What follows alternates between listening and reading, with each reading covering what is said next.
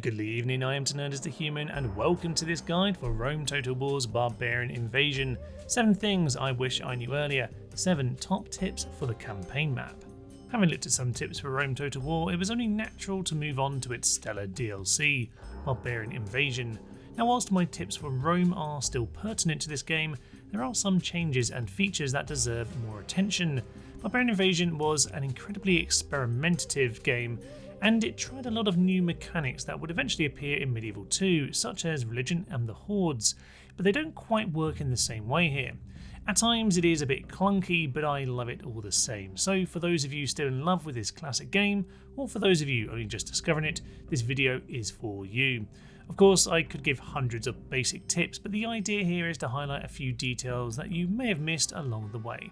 Even if one of these is new to you, then my job is complete. If you value what we do here on the channel, then do like and comment on the video and consider subscribing. It is the support of this marvellous community here that keeps the channel going.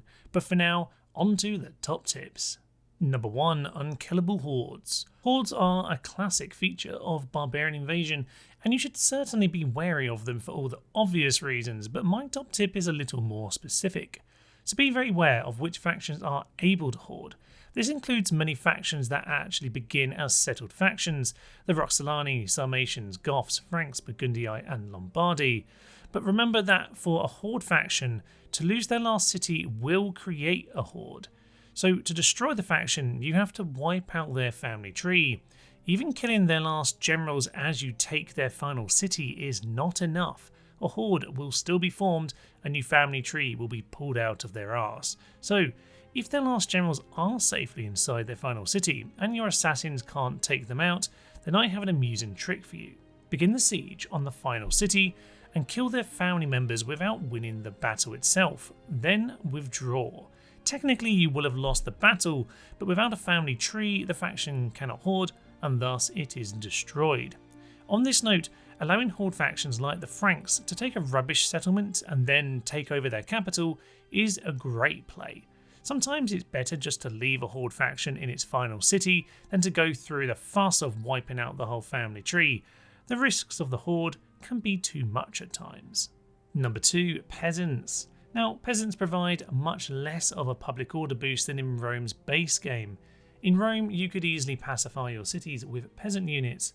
The impact of your garrison was simply about numbers. More soldiers equates to more public order.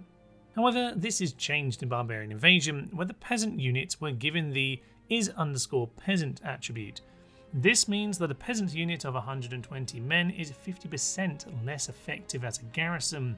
As a result, they are not even as good as a typical 80-man unit. However, there are other large size units that aren't peasants that you can still utilise. Levy spearmen with 120 men get bigger garrison bonuses than average units. In this example, my general removes the no garrison debuff but doesn't provide a garrison bonus per se. Then 3 average size units give 5% each to the garrison bonus. However, if I replace those 3 units with these 2 levy spearmen with their 50% extra men, we get the same 15% garrison bonus. You can see that even though peasants are the same amount of men as the levies, it takes 3 peasants to even get up to a 10% bonus. Peasants though are still pretty cost effective and make a good garrison. They're good at reducing population to manage the public order as they are ludicrously cheap, they're just not quite as good as they are in Rome. Number 3. Public order buildings. On the note of public order, this aspect of the game is significantly harsher in Barbarian Invasion. Nonetheless, the game does trial new ways to cope with this. Firstly, all walls give a happiness boost of 5%, and from tier 3, stone walls see a 5% boost to law as well. This reaches plus 10% law at level 5, the epic stone walls, giving you overall 15 to your public order, which is very welcome indeed. As ever though, not all factions are created equal. The nomad culture factions still only get level 2 walls. However, the Huns, who weirdly are their own culture in this game, and the Barbarians do get access to level 3 stone walls, and with it, a nice public order boost. Furthermore, academies now give plus 5% boost to law for each stage of building. Academies are hugely important for picking up positive traits and retinue, but the added public order boost is hugely welcome, and 15% for Ludus Magna is quite significant indeed.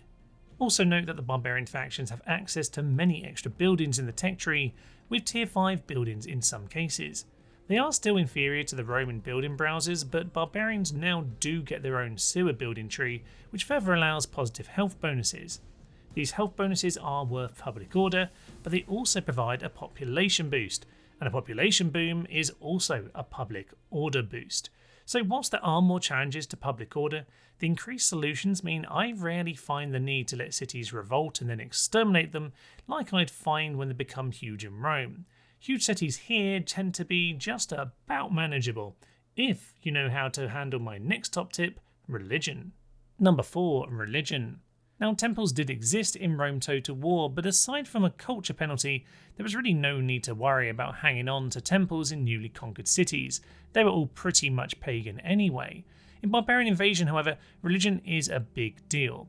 There are pagans, Christians, and Zoroastrians. Now, take a careful look at your region's religious breakdown. A mixture of religions is problematic to public order, so you will want each city to be 100% for one of the religions, but it doesn't necessarily matter which.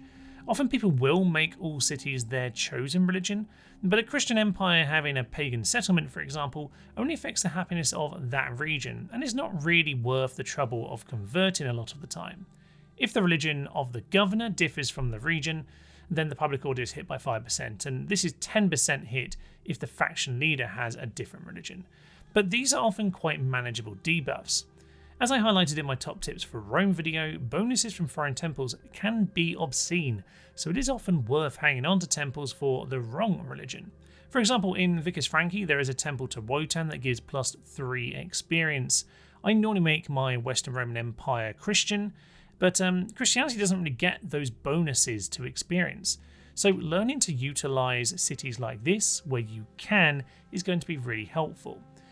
Christianity, on the other hand, can reach higher public order buffs than the pagan temples, so sometimes the choice is simply situational. If you do want to convert a region though, do take note of the bordering region's impact and consider switching many at once if it is manageable.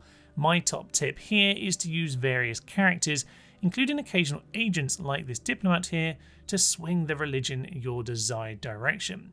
Now there aren't priests as in Medieval 2 Total War, but the characters can be used in the same way. Look out for certain characters, like Spurius Flavus, the most Christian man who ever Christianed. He has an insane +50 or so to the conversion rate of Christianity, and this can go up further. You can not only use this to quickly convert regions to your desired religion, but you can also use it as a weapon, helping to cause rebellions in enemy territories. Number 5, religious benefits.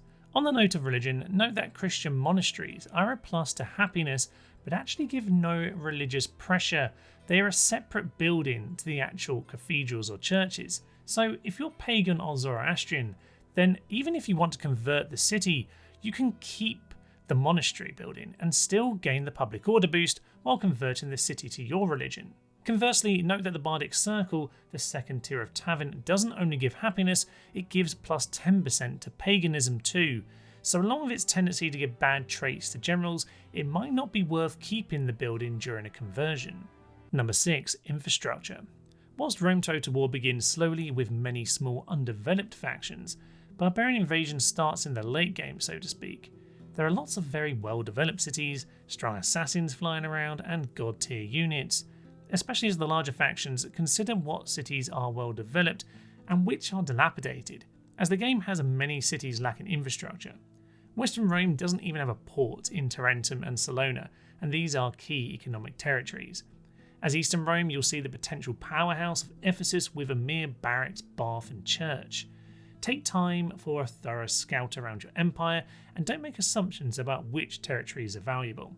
And often you'll find governors in poor places, such as Gratianus Flavius and his hilarious -13 morale sitting on the front line of Augusta Vindelicorum, or the aforementioned Spurius Flavius, the most Christian man who ever Christianed, who is actually causing religious turmoil in a pagan region.